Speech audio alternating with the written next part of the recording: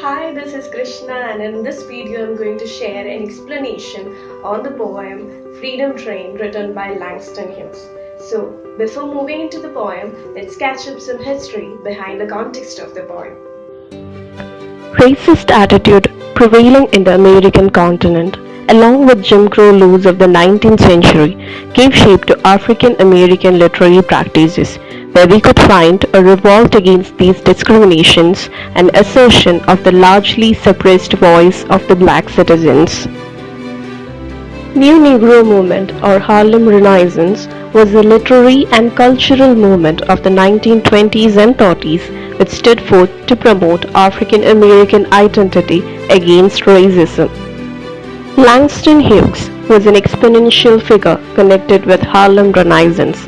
He was called the Bar of Harlem because his writings dealt with black consciousness and racial pride. The poem Freedom Train has been written as a reflection on the racial segregation practiced when the actual Freedom Train visited Birmingham in southern US.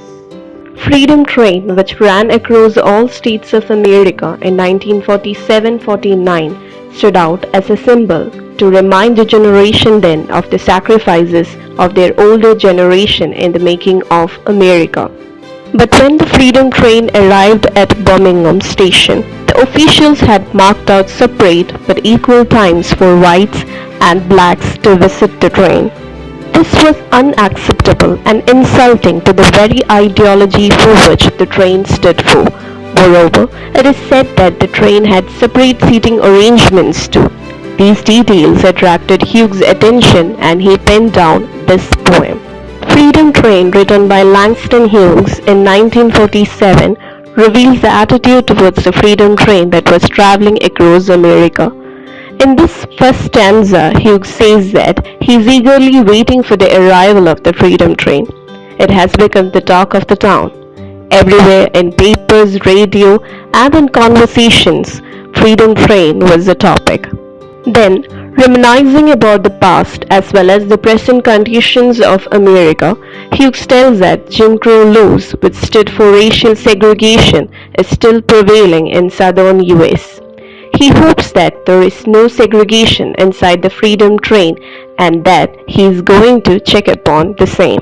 Continuing in the same perspective, Hughes asks the reader a series of questions pertaining to racism. His questions are based on the issues of equality upon employment, opportunities, and voting rights. All these queries arise in comparison with the situation of the Freedom Train. Now, we are shown the reality. The Birmingham station reflected the racial prejudices when it devised separate lanes for colored and white people. The reality comes as a shock, which is revealed by the poet, where he gives us two references. One, where he asks that how will he answer his daughter who questions about true freedom and hypocrisy. The other reference is to his beloved ones who too had sacrificed their lives to win freedom for America. In answer to the hypocrisy of the racist society, Hughes hopes that the real Freedom Train is that which will erase out all inequalities that discriminated human beings based upon their race. And only then the word freedom will attain meaningfulness. When equality is achieved in this manner and racism is uprooted from the society, then the ancestors who had fought to achieve independence for America will have their sufferings rewarded in a positive manner. Thus, this poem, using historical references, highlights the idea of having a free identity for the blacks.